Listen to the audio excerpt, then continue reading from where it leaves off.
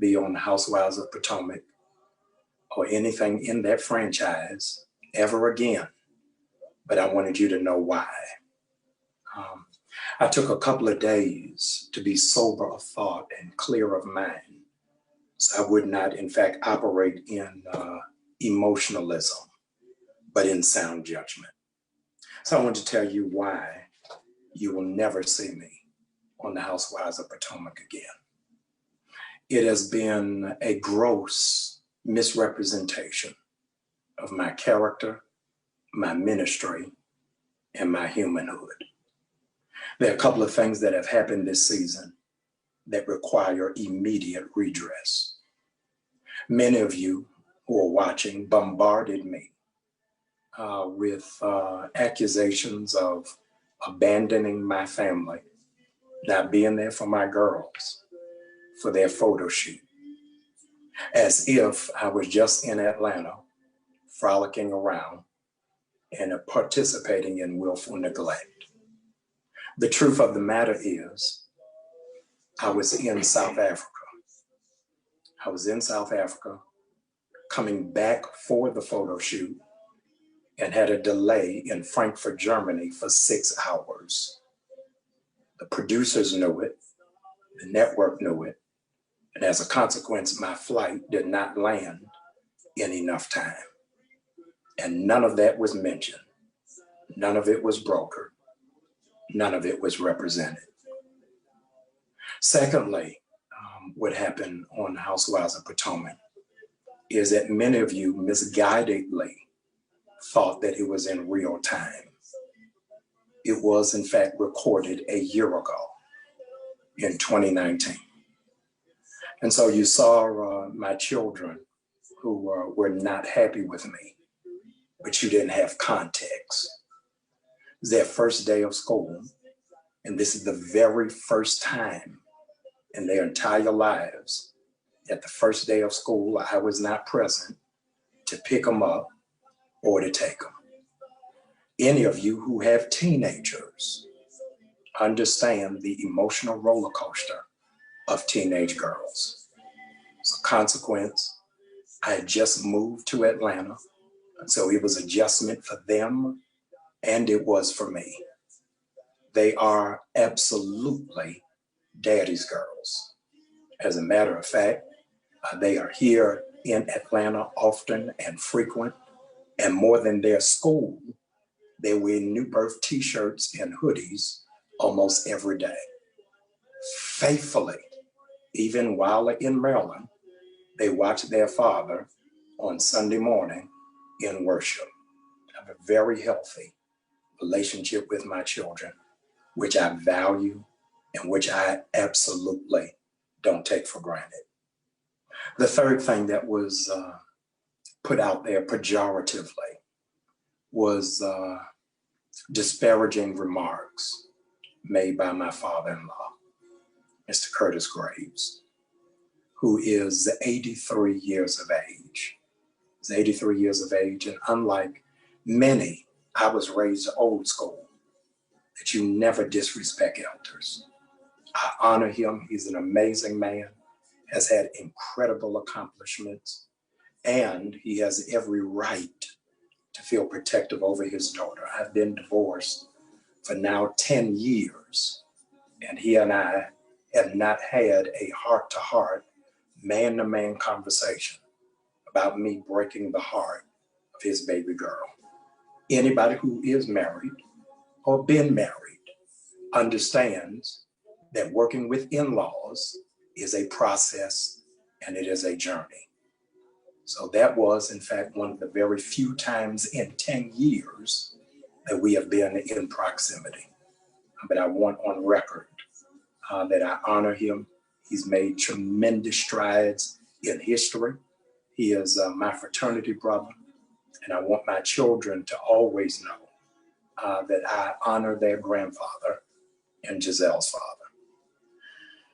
I then want to move. Let me make sure I'm on the right page of my binder, because you can't bring me receipts if I got the cash register. Let me press the cash register. Yes, I dated a young lady in New York.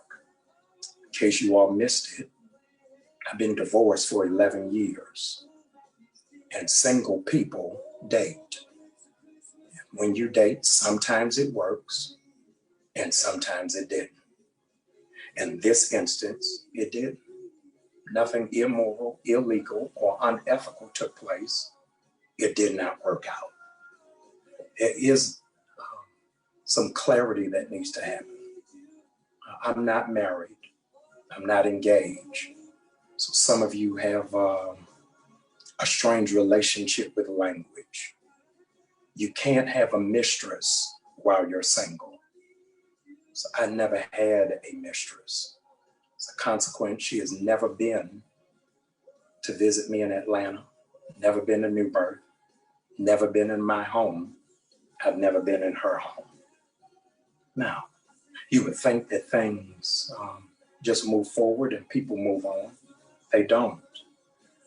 So if we're going to show text messages, let's show all the text messages. Let's show the text messages of the young lady asking to fly to Atlanta for my installation. Show the text message where I said, no, it's not a good idea. You're going to show the text message, show all the text messages where you asked to come down for Memorial Day. And I said, no, you can't come here. If you're going to show the text messages where you complained because I didn't open the door for you to speak on the Word Network. If you're going to show the text message, show all of them. How it is that you wanted me to hire you to be on staff. I told you you weren't qualified. And so January, I brought in new staff members, 3 of them. My assistant pastor, Collis Lemons, my internet pastor, Kervance Ross, and my emerging generations pastor, Cariana Turner. So if you're going to show the text message, show the text message from January 5th, where you sent me in text, oh, I see you hired a young lady. You must be sleeping with her. To which I responded, no, I didn't even know her before I hired her. 56 people applied for the job, and she emerged because she is competent and because she is capable. And so for you to insinuate it is fraudulent. You're going to read the text messages. Read the text messages where you asked me to review your dissertation on Black women's empowerment. And I told you it needed a revision because it doesn't have depth. It doesn't have enough nuance, and there is no creativity. We're going to read the text. Read the text. How it is that you sent this, quote, receipts to 27 periodicals and blogs, hoping to sell a story. And of the 27 you sent it to, 25 dismissed it because they knew it had no merit, it had no weight. And so because doors were not opening, because you're chasing clout and an opportunity to get on a stage that gift and integrity necessitate, you then sent it to the executive producers of Bravo. Sent it to the executive producers of Bravo. They didn't respond. So you sent it to every person in the cast. Your dissertation is on the empowerment of Black women. So the question is, if you're empowering Black women, why'd you send it to the entire cast and never send it to Giselle? You want to equip her and not break her or crucify her. And you thought something was awry. Then the responsible thing to do is to go to that woman. But you didn't do that. It's okay. What you didn't say in passing out this information is that you and your sister were starting a magazine, very fledgling, no circulation, poor editing. And so my coy in answering you about where I am and what I am doing It's not as a friend, but because I didn't want it in publication and I didn't trust it, obviously wisely, that it wouldn't be used otherwise, because every ask had a demand for something else. Now, the only person who bought into it was Monique. So let's go to that. Where's Monique? Oh, here she is. Monique Samuels, I've never met, never shook her hand, never been in the room with her. And yet she's assassinated my character with high level of ire, of anger and hostility, a man she's never met. Now, I've got to address this because on international television, you've labeled me a holy whore. I think is the word you used, holy whore. And so I need to give some address to that. I'm not sleeping with any woman in my church, and I have no babies in my church, and I have no inappropriate relationship with any woman in my church. Now, I'm sorry, I'm having trouble reading my own writing. Oh, here it is. So I understand what the hostility was about and why the redirect of attention was on me. The redirect of attention on me, you teamed up with your best friend, who rest in peace, has gone on to be with the Lord, and generated a story because you wanted to redirect because you thought a story was getting ready to break, that your baby is from your trainer. And that's what got your husband upset, because he thought Giselle leaked it. And I want to tell you, Monique and Chris, it is not Giselle who leaked that, but Monique, your best friend, Gigi. We had nothing to do with it. You came hostile and angry, and it was misdirected rage. Misdirected rage because you live in a house with a man who has anger management, who doesn't mind expressing volatile behavior. And everything that I'm saying tonight is not conjecture. This is not murder. This is self-defense. And so on Sunday, for the first time in 5 years, I'm inviting my audience to watch the reunion, Housewives of Potomac, where you will see Monique's husband try to attack my wife, my ex-wife, Ann Robin. And security had to be called, and he had to be subdued. And I'm very concerned. Monique, you all have my phone number, as you expressed on the show, but I had you all's address. And because of grace, I didn't respond to that. Chris, you've got to take care of CTE. Yeah. Some of your former teammates contacted me. They're concerned.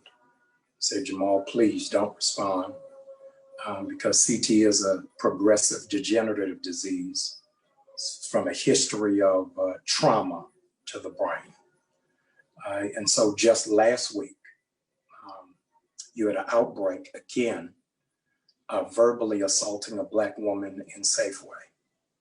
We have the footage of that, but I'm not going to air that, but I'm asking you to please get help. I've tracked down your pastor, so all of what I'm saying is in love, so that your pastor can help you get the help that is needed and that is necessary. None of this really necessitated happening. I've not bothered any of you. I've not said anything disparaging against any of you. I've not attacked any of you, but I thought it was necessary for a couple of reasons. I thought it was necessary because of the failures of my past it made the accusations of the present believable. And many of you began writing on my social media with no information, began attacking me with no information, start going all the way in with no information. And I wanted believers to know that no matter what it is that you did in your past, you can outlive it in your present. And regrettably, those of you who have said the most vile, nasty, and negative things did it behind scripture. You did it under the guise of being saved, not calling for prayer, but immediately calling for crucifixion. I didn't say that I was perfect, nor do I pretend to be. But don't come for me unless I invite you. All of us are in a journey of a process of trying to be better, trying to work out, and I am one of them. And so you have to forgive me because I'm not going to hold you long. Pastor, why are you running? I'm running because I got to get ready, because Saturday I got to feed 8,000 families in Atlanta who don't have groceries. I think I got to announce that here because none of these bloggers are going to write about that.